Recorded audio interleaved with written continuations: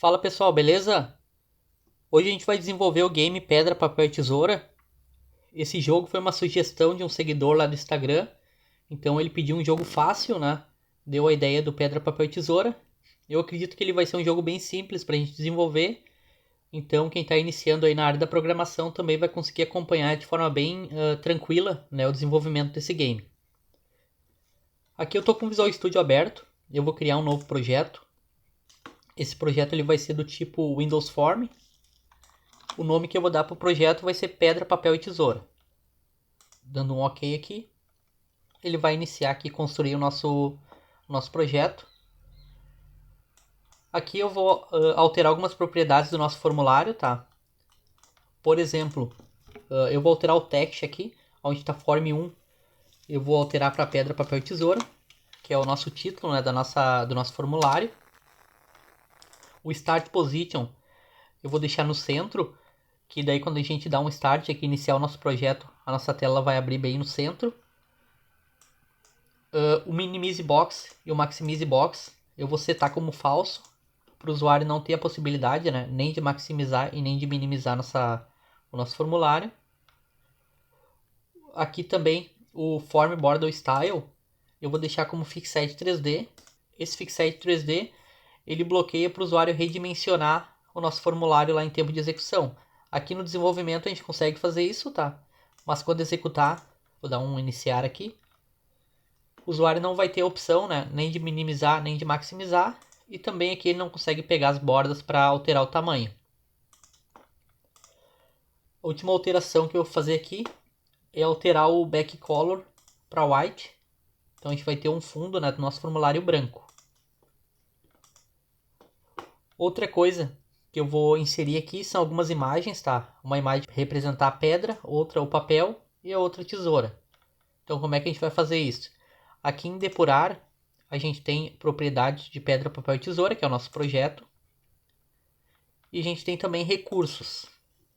Aqui em recursos eu deixei algumas imagens separadas, ó. Se eu selecionar elas e arrastar para cá, elas já vão se encaixar ali, né? Elas já vão ficar dentro aqui do nosso projeto. Aqui tá, é só uma variação de imagem aqui, por exemplo, o papel J, ele é a imagem que vai representar o papel do jogador, e tem o papel C, que ele é a imagem que vai representar o papel da CPU, do computador, né, que é o nosso adversário. Aqui é só uma variação, tá? Por exemplo, essa mãozinha aqui ela tá apontando para a direita e essa aqui para a esquerda. Então, para quando for jogar, né, ela tem uma aparência melhor, né? Não ficar as duas apontando para o mesmo lado. Então aqui a gente vai ter uma mãozinha virada para outra, como se estivesse jogando de fato, né, um contra o outro. Então eu vou salvar aqui, vou fechar a nossa tela, vou ficar só com essa tela principal aberta. Aqui eu vou precisar criar alguns botões, tá?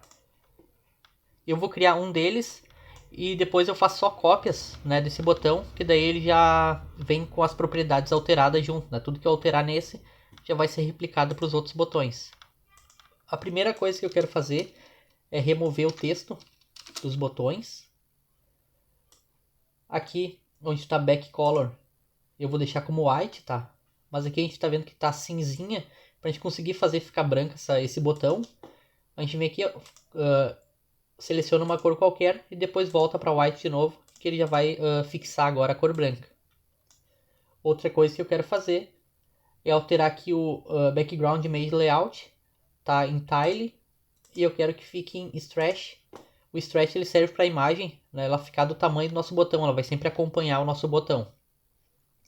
E aqui o tamanho do botão, eu vou deixar ele como 120 por 120, tá? Ele vai ficar quadradinho.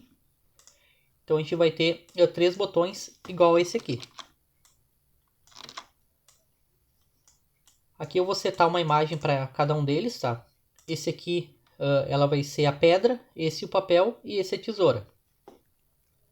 A gente não vai utilizar o image, tá? A gente vai utilizar o background image para ele ficar certinho no tamanho do botão. Ele vai acompanhar daí conforme a gente estica o botão. Então aqui o pedra J, ele é o pedra do jogador. Ele fica com a mãozinha para a direita, né? O pedra C, por exemplo, é a mãozinha virada para a esquerda. A gente quer esse aqui para a direita. Esse aqui vai ser o papel do jogador. E esse aqui vai ser a tesoura do jogador. Então aqui a gente tem os nossos as três opções, né? Eu vou alterar a propriedade name de cada um deles. Esse aqui vai ser o BT pedra. O BT de botão, né? Esse aqui é o BT papel. Esse aqui vai ser o BT tesoura. Aqui a gente vai alterar uma propriedade também, tá? Que a gente vai utilizar, ela não é muito utilizada, ela é uma propriedade bem específica que a gente vai utilizar ela no nosso game, que é a tag. Tá? Essa propriedade aqui. A pedra, ela vai ser o 0, o papel vai ser a 1 e a tesoura vai ser o 2. Depois eu vou explicar certinho, tá? O que é essa numeração aqui, mas cada um tem uma tag agora, ó. Outra coisa que a gente vai precisar criar aqui são 2 Picture Box. Esse aqui ele vai armazenar a jogada, esse aqui, por exemplo, do jogador. E a gente vai ter uma cópia desse aqui que vai armazenar a jogada da CPU, do computador, né? O nosso adversário. Aqui eu vou alterar o nome para Pick Jogador. Pick de Picture Box. Aqui eu vou alterar também o tamanho, tá? Eu vou deixar como 150 por 150.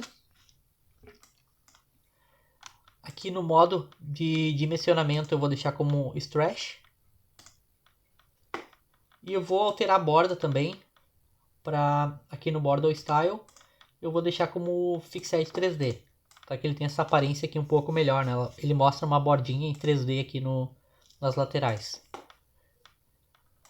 Aqui eu vou fazer uma cópia então.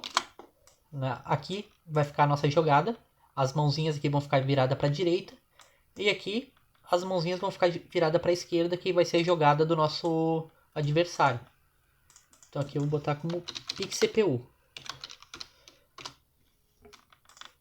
A gente vai precisar também de alguns labels. Ao total são 4, tá? 2 deles vão ser utilizados para descrição. Então esse aqui, tá? Ele vai indicar o lado do jogador. Então aqui vai ter o nome de jogador. Esse aqui vai ter o nome de CPU. Eu vou alterar o name também, embora a gente não vá utilizar, não vai precisar mexer, né, nesses componentes aqui, nesses dois, a gente vai alterar o name para deixar mais organizado. Então deixa eu botar aqui LB descrição, jogador, e esse aqui vai ser o LB descrição CPU. Dessa forma. Aqui a gente vai criar mais 2 labels, que agora eles vão servir para armazenar pontuação, tá? Eu vou pegar esses dois aqui, vou fazer múltiplas alterações, né, nos dois. A primeira delas vai ser no Alt Size, eu vou deixar como False, para a gente conseguir alterar o tamanho, né, deixar do tamanho que a gente quer. Eu vou deixar os dois do mesmo tamanho, deixa eu ver aqui um tamanho bom, vou pegar o Size, deixa eu ver qual é o tamanho de altura dele. 13 de altura, então a gente vai deixar aqui 50 aqui no size, vamos deixar 30 por 15, vamos ver o tamanho que vai ficar. Dá para aumentar um pouquinho, vou deixar 40 por 20. Então aqui a gente tem um tamanho bom. Eu vou alterar também o Text Align. Eu vou deixar como no centro, tá? Tanto na horizontal quanto na vertical, vai centralizar os nossos valores aqui. Aqui eu vou deixar já o 0, o valor inicial. Aqui o 0 também. E vou alterar o name desses componentes aqui. Esse aqui vai ser o LB de label, PT de ponto jogador. Vou copiar aqui. E esse aqui vai ser o LB PT CPU, que vai armazenar a pontuação da nossa CPU.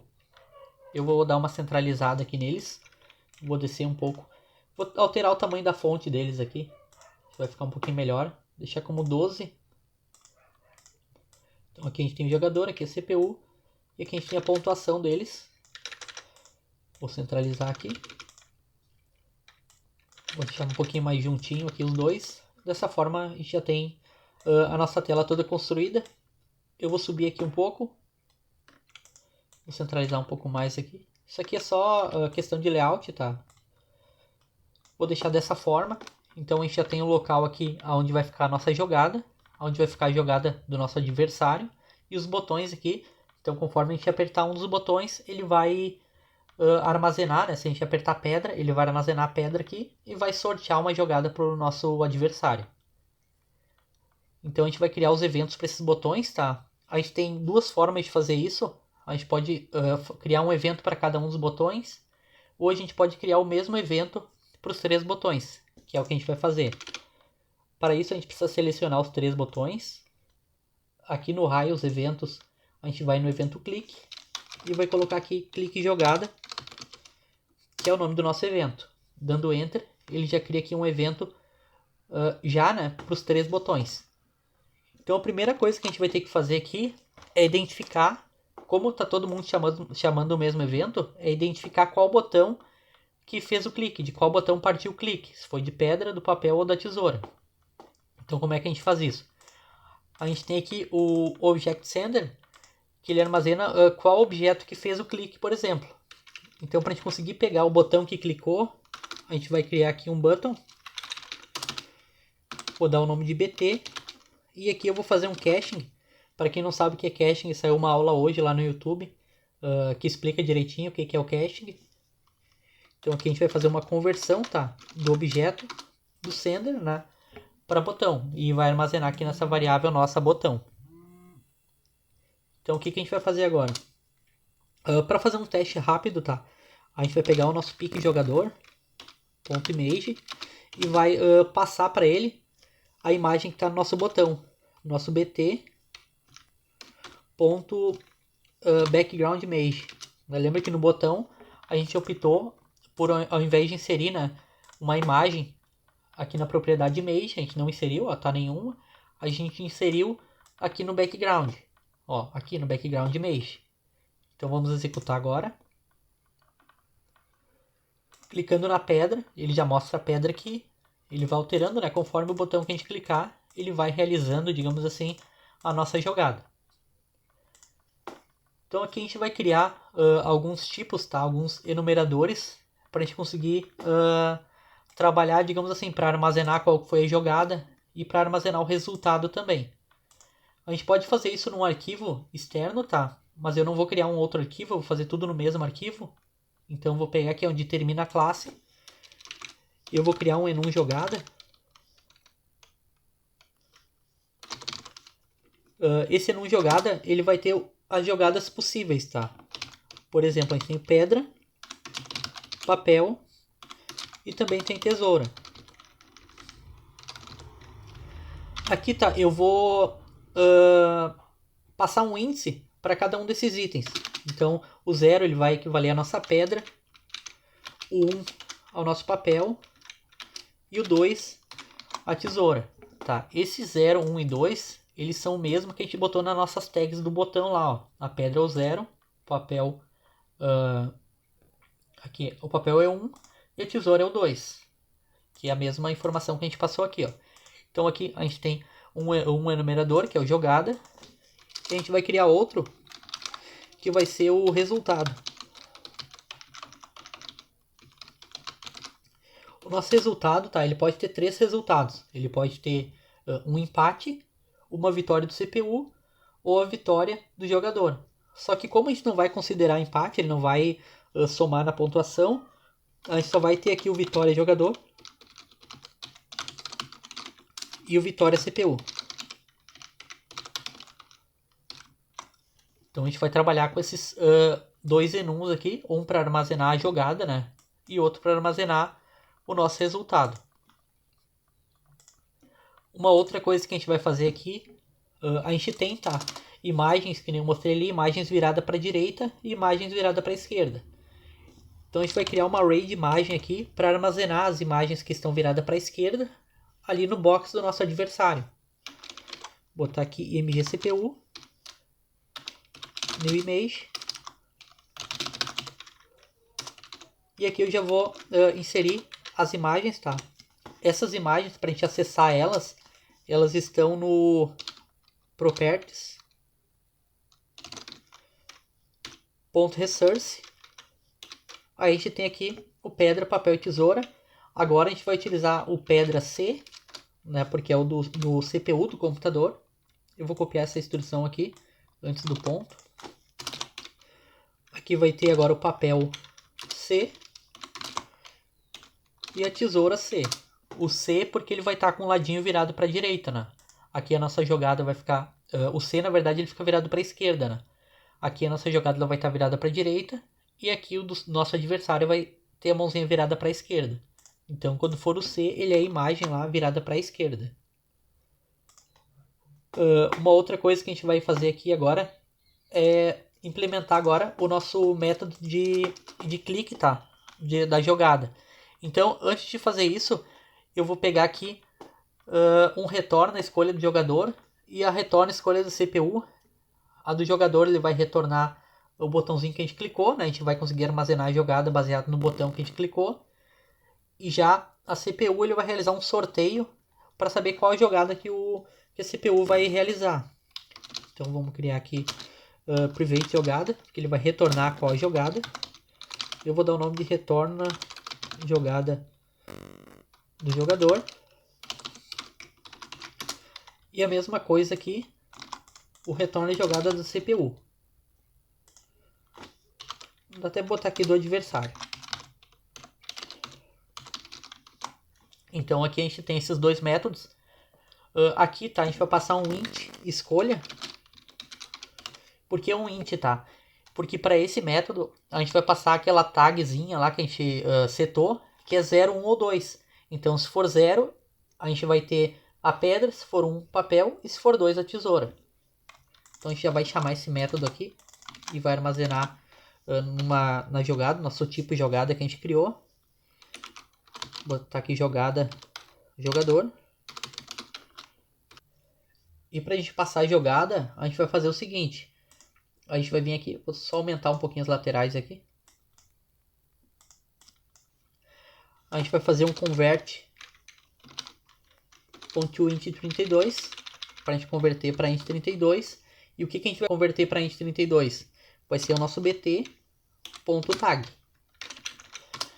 Esse bt.tag, se a gente clicar na pedra, ele vai converter aqui e vai passar o 0 aqui para nossa retorno jogada. Se a gente clicar no papel, ele vai passar 1 baseado, né, na tag do botãozinho que a gente clicar. Então aqui é bem tranquilo para a gente retornar, tá? Ele vai retornar. Aqui a gente vai fazer um caching também para a jogada. Então ele vai converter a nossa escolha na jogada. Então o 0, né, lembrando que o 0 é pedra, então ele vai converter aqui para jogada pedra e a gente vai conseguir saber, né? Depois a gente vai ver nas regras ali certinho quem ganhou baseado na jogada que cada um realizou. E também a gente vai precisar agora armazenar a jogada da nossa CPU, nosso adversário. Então vou botar aqui jogada adversário. E a jogada adversário, a gente vai pegar aqui o retorno escolha adversário. E aqui no retorno escolha adversário, a gente vai fazer aquele sorteio, né, para saber qual jogada que o adversário vai realizar. Então para isso a gente já tem uma classe que faz esse tipo de sorteio, que é o random. Vou dar o nome aqui de rnd, de random. E a gente vai armazenar aqui esse sorteio dentro de um valor inteiro, uma variável inteira com o nome escolha. E ela vai receber o rnd.next. E o next vai ser 3, tá? O que é esse 3? Quer dizer que ela vai fazer sorteio entre 3 números, começando do 0. Então vai ser 0, 1, 2 e 3. Ela vai sortear um desses 3 números. Com isso, tá? O nosso pick computador, por exemplo, .image, a gente já sabe qual imagem que ele vai receber agora, baseado lá no índice da imagem. Vamos supor que aqui foi sorteado, na escolha foi sorteado o número 2. O índice 2 da nossa imagem aqui é o tesoura. Então a gente vai saber que a jogada dele foi tesoura e ele vai passar, né, para o nosso picture image a imagem da tesoura. Aqui a gente vai botar a escolha, porque cada vez ele vai fazer uma escolha aleatória, né?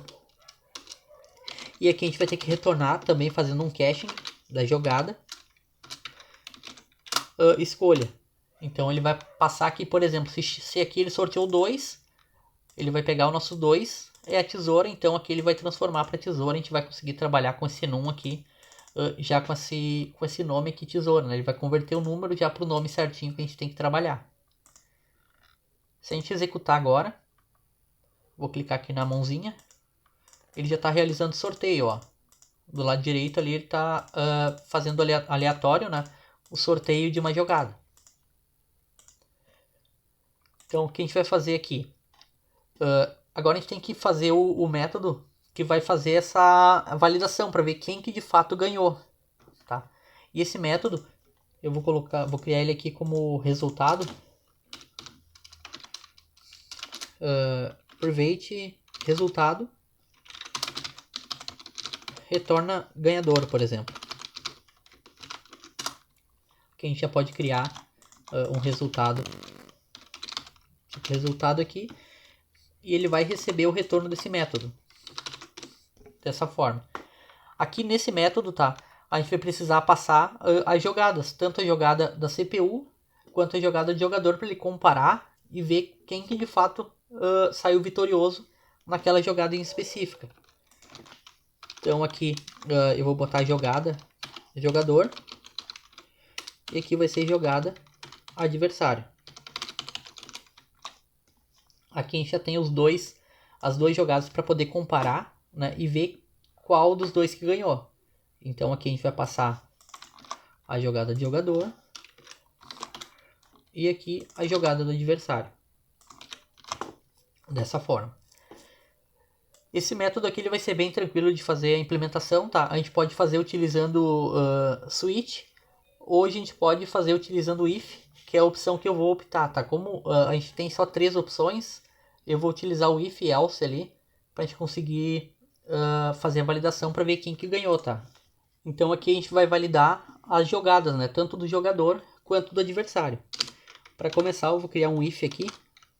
Se o jogador, por exemplo, ele jogou pedra, vai realizar uma ação. Eu vou colocar um else if aqui, para a gente validar também se o jogador, se ele jogou papel.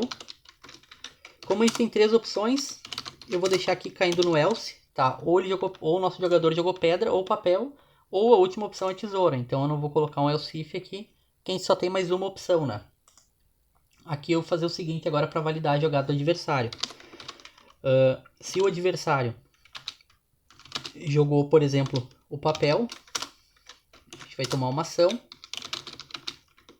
Se o adversário ele jogou tesoura, a gente vai tomar outra ação. Aqui a gente não vai comparar se o adversário jogou pedra, porque vai ter um empate. Então o empate a gente vai desconsiderar. A gente só quer saber, né, quem ganhou, se foi o adversário ou se foi a gente. Então se a gente jogou pedra e o adversário jogou papel, o adversário ganhou aqui nesse caso. Vitória CPU. E aqui, nesse caso aqui, o usuário jogou tesoura e a gente jogou pedra, a gente ganha. Então aqui a gente vai ter vitória jogador. Eu vou copiar essa estrutura aqui, vou colar aqui dentro. Então aqui a gente vai validar se o adversário jogou pedra ou tesoura, tá? A gente jogou papel. Se o adversário jogou pedra, a gente venceu aqui nesse caso. Então a gente vai colocar um vitória jogador. E aqui, sem jogar papel e o adversário jogar tesoura, ele venceu. Então a gente vai colocar aqui vitória CPU. Aqui a gente vai fazer a mesma validação. Lembrando que nesse último else aqui a gente jogou tesoura, que é a última opção que restou, né? Então nesse caso a gente jogou tesoura. Aqui a gente vai validar então se o adversário jogou pedra ou se ele jogou papel. Tá? Porque tesoura com tesoura a gente vai ter um empate. Então se a gente jogou tesoura e o adversário jogou pedra, aqui a gente vai ter uma vitória da CPU. Mas se a gente jogou tesoura e o adversário jogou papel, a gente vai ter aqui uma vitória do jogador. Nesse caso a gente venceu. Aqui tá, a gente tem um errinho para contornar esse erro aqui. Esse erro tá, ele tá acontecendo porque pode acontecer de ele dar um empate, né? Mesmo a gente não contabilizando o empate, pode acontecer de ele dar empate, a gente tem que ter um retorno para o empate. Então aqui no resultado, eu vou criar esse retorno de empate aqui, só para a gente conseguir retornar o empate aqui, mas lembrando, né, que se for empate a gente não vai fazer nada. A gente só vai tomar uma ação se for vitória da CPU ou do jogador. Se for empate, ele só vai retornar e a gente não vai fazer nada com essa informação. Então aqui a gente vai fazer uma validação, tá? Aqui eu vou alterar o nome, ficou errado, é resultado. Então a gente vai validar de quem foi a vitória, tá? Se o resultado for igual ao resultado vitória CPU, a gente vai tomar uma ação.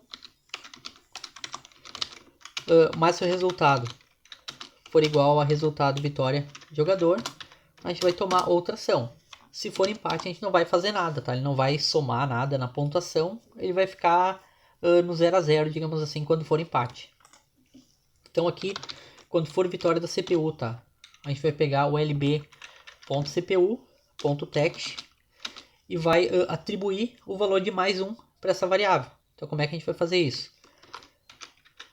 Aqui a gente vai passar o int.parse para a gente converter, né, o valor atual da nossa pontuação. Vai somar mais 1. Só que aqui a gente vai ter que fazer uma conversão para string, né, para a gente poder passar a string de volta para nossa CPU. Então a gente faz aqui o .toString. Aqui a gente vai fazer a mesma coisa. Só vou corrigir aqui para else if. Aqui a gente vai pegar então a pontuação do jogador e vai passar aqui no lugar da CPU. Então ele vai atribuir mais 1 a pontuação do jogador e aqui ele vai atribuir mais 1 a pontuação da CPU. A gente iniciando agora, fazer algumas jogadas aqui, a gente já tem o nosso game pronto, tá? Por exemplo, eu vou jogar pedra agora, a gente ganhou, né, da tesoura, então a pontuação ficou de 3 a 4. Jogando papel agora, ele jogou tesoura, manteve a jogada, a pontuação atribuiu ali o valor para ele, tá? Então basicamente esse aqui foi o nosso game de pedra, papel e tesoura. Ele ficou um game bem tranquilo para ser desenvolvido, não teve muitos conceitos avançados. Acredito que o mais avançado que a gente usou aqui, que é bem tranquilo também, é o enum. E aqui alguns retornos, né, para retornar quem ganhou e para retornar a jogada de cada um, mas é tudo bem tranquilo. Qualquer dúvida, eu abro caixinha de área lá no Instagram, então vocês podem tirar ali qualquer dúvida que você tiver sobre esse game, qualquer instrução aqui que você não tiver entendido. Vocês fazem as perguntas lá no Instagram que eu vou responder para vocês.